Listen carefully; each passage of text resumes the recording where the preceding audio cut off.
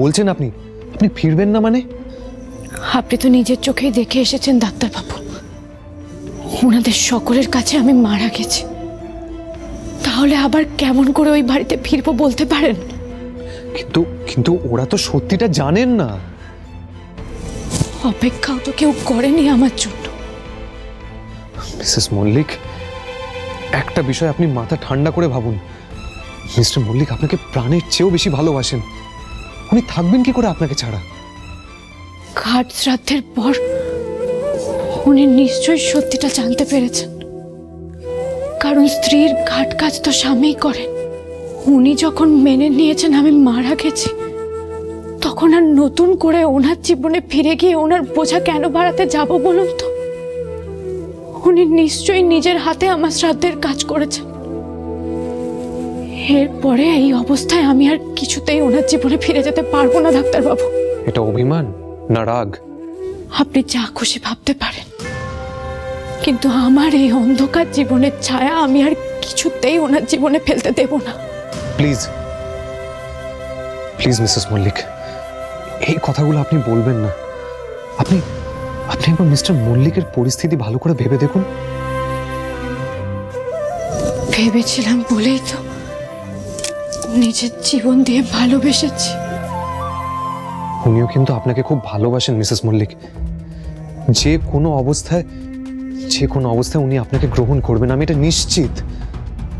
পরিবারের সবাই হয়তো এই পুরো ব্যাপারটার জন্য কষ্ট পাচ্ছেন। আপনি ফেরত গেলে সবার মুখে হাসি ফুটবে মিসেস মল্লিক। আমি যে নিজেই হাসতে ভুলে গেছি ডাক্তারবাবু, তাহলে অন্যকে কেমন করে হাসাবো বলতে পারেন? আপনি ভুল করছেন মিসেস মল্লিক। আপনি যে বেঁচে আছেন সেটা কিন্তু ওনারা জানেন না। হ্যাঁ, দুর্ভাগ্যক্রমে আমি বেঁচে আছি, এটা সত্যি। কিন্তু আমি আমার দুর্ভাগ্যটাকে ওনাদের সাথে জড়াতে চাই না। আপনি শুধু আমার অনুরোধটুকু রাখবেন ডাক্তারবাবু। কোন অনুরোধের কথা বলছেন আপনি? চিঠিতে যে কথাটা আপনাকে আমি গোপন রাখতে বলেছিলাম, সেটা যেন গোপনই থাকে। কিন্তু কেন মিসেস মল্লিক? আমার ভুলের সাজাটা আপনি কেন নিজেকে দিচ্ছেন? না ডাক্তারবাবু, আমার অবস্থার জন্য আপনি কোনোভাবেই দায়ী নন। আপনি যদি আমাকে উদ্ধার না করতেন, তাহলে বাকি সব দেহের মতো এতক্ষণে আমিও হয়তো চিতার কাঠে ভস্ম হয়ে যেতাম। মিসেস মল্লিক, এতদিন ধরে উনি অনেক কষ্ট সহ্য করেছেন। সব যোগ্যতা থাকার সত্ত্বেও শুধুমাত্র চোখে দেখতে পান না বলে উনি সব জায়গায় অপমানিত হয়েছে।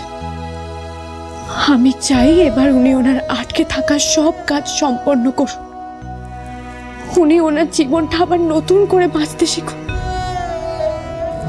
আমার এই শরীরের অবস্থায় আমার জীবনটা ওনার সাথে জুড়ে দেওয়া মানে যে পরোক্ষভাবে আবারও ওনাকে হারিয়ে দেওয়া। আপনি কিন্তু ভুল ভাবছেন মিসেস মল্লিক। না ডাক্তারবাবু, আমি ভুল ভাবছি না, আমি একদম ঠিক ভাবছি। এটাই আমার ভবিতব্য, আর এই নিয়ে আমার বিন্দু মাত্র আক্ষেপ নেই। আমার আক্ষেপ আছে, চরম আক্ষেপ আছে। অপরাধী মনে হয় আমার নিজেকে। আমার একটা সাহায্য করবেন? নিশ্চয়, বলুন। আমার সাধ্যের মধ্যে হলে আমি নিশ্চয়ই চেষ্টা করব। আপনার সাধ্যের বাইরে আমি কিছু বলবো না ডাক্তারবাবু। বেশ, বলুন। আপনার বাড়িতে আমাকে আরো কটা দিন থাকতে দিন, আর যদি পারেন তাহলে আমার জন্য একটা কাজ খুঁজে দিন। যতদিন বেঁচে আছি নিজের জীবনটা যেন চালিয়ে নিতে পারি। বেশ, আপনি পুরোপুরি সুস্থ হয়ে উঠুন, তারপর বাকিটা ভাবা যাবে। আর হ্যাঁ মিসেস মল্লিক, আপনি ভুলে যাবেন না যেটা আপনার পুনর্জন্ম। আসুন, অনেক কথা হয়েছে, এবার বিশ্রাম নেবেন, চলুন আসুন।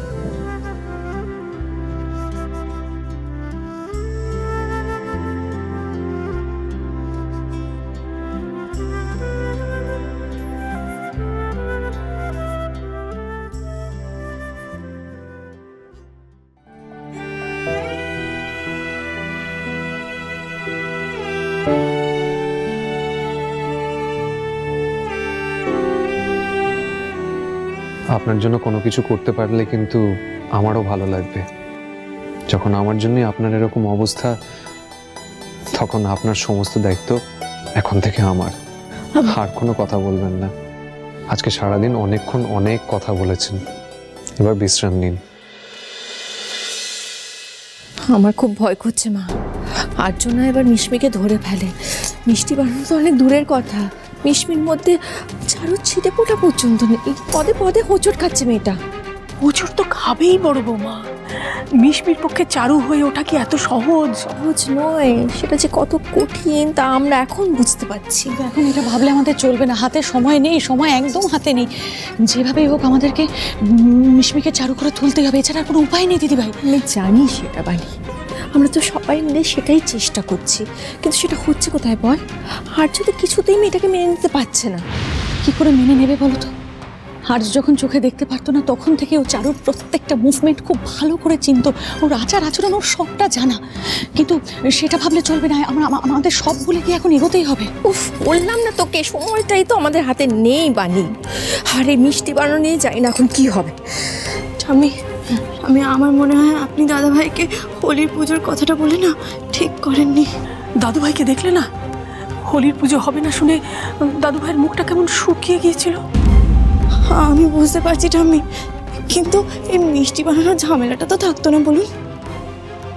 এখন শুধু রাধা মাধবকে ডাকো, একমাত্র রাধা মাধবী একটা কোনো উপায় করে দিতে পারেন। কিন্তু মা, আমাদের তো কালো সূর্য চলছে, এর মাঝখানে আমরা কি করে রাধা মাধবের পুজো দেবো? সেটা কি সম্ভব? রাধা মাধবের ইচ্ছে হলে সব সম্ভব, সব সম্ভব। আর তাছাড়া আমাদের বাড়ির নিত্য পুজো তো আমাদের করতেই হবে।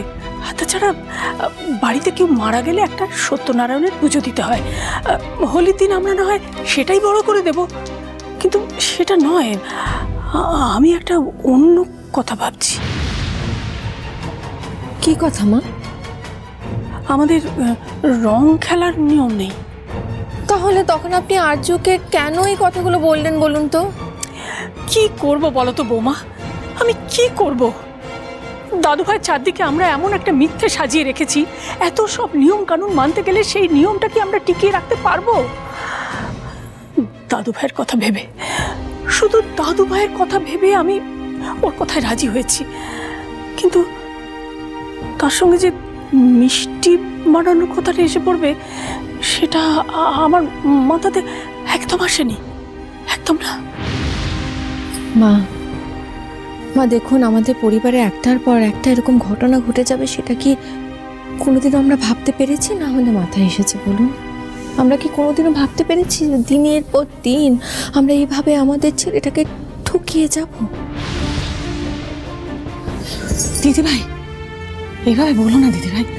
দেখো, তুমি আমরা যা করেছি সবটা কিন্তু আর্যর কথা ভেবে শুধুমাত্র করেছি। এসব ভুলে এখন শুধু ভাবো যে আর্যটাকে কি করে ভালো রাখবো আমরা। পারছি না বানি, ভাবতে ভাবতে আমি ক্লান্ত হয়ে পড়েছি। এত তাড়াতাড়ি ক্লান্ত হয়ে পড়লে তো চলবে না দিদিভাই। মিথ্যেটাকে সত্যি করার চেষ্টাটা তো সবে আমরা শুরু করেছি দিদিভাই। কিন্তু কাকিমণি, প্রতি মুহূর্তে এত ঝুঁকি নিয়ে সত্যিটাকে আড়াল করে আমরা কি সত্যি আশার আলো দেখতে পাবো? দাদাভাই কি সত্যি পরে একেবারে স্বাভাবিক হয়ে যেতে পারবে? এর উত্তরটাই তো আমরা সকলে মিলে খুঁজছি চুমকি, আর সেটাই তো বানি বারবার বলার চেষ্টা করছে। কিন্তু আর্য তো আর জানে না যে ওর জীবনের সবচেয়ে বড় অভিশাপটা ওর নিজের মাই ডেকে এনেছে। আর যেদিন জানতে পারবে সেদিন আমার আর্য কোনোদিনও আমাকে ক্ষমা করতে পারবে না, কোনোদিনও না। না দিদিভাই, এইভাবে বলো না দিদিভাই। শক্ত করো নিজেকে, তোমাকে যে শক্ত হতেই হবে আর্যর জন্য। মিশমিকে যত তাড়াতাড়ি দাদুভাই চারু বলে মেনে নিতে পারবে ততই আমাদের সকলের মঙ্গল। হ্যাঁ ঠাম্মি, আমারও তাই মনে হয়। পুরো ব্যাপারটাকে নিজেদের হাতের মুঠোয় করতে হলে আগে মিশমিকে ঠিক করতে হবে, আর তা যদি না হয় না তাহলে অনেক বড় সর্বনাশ হবে, অনেক বড়। ঝিরে বাতি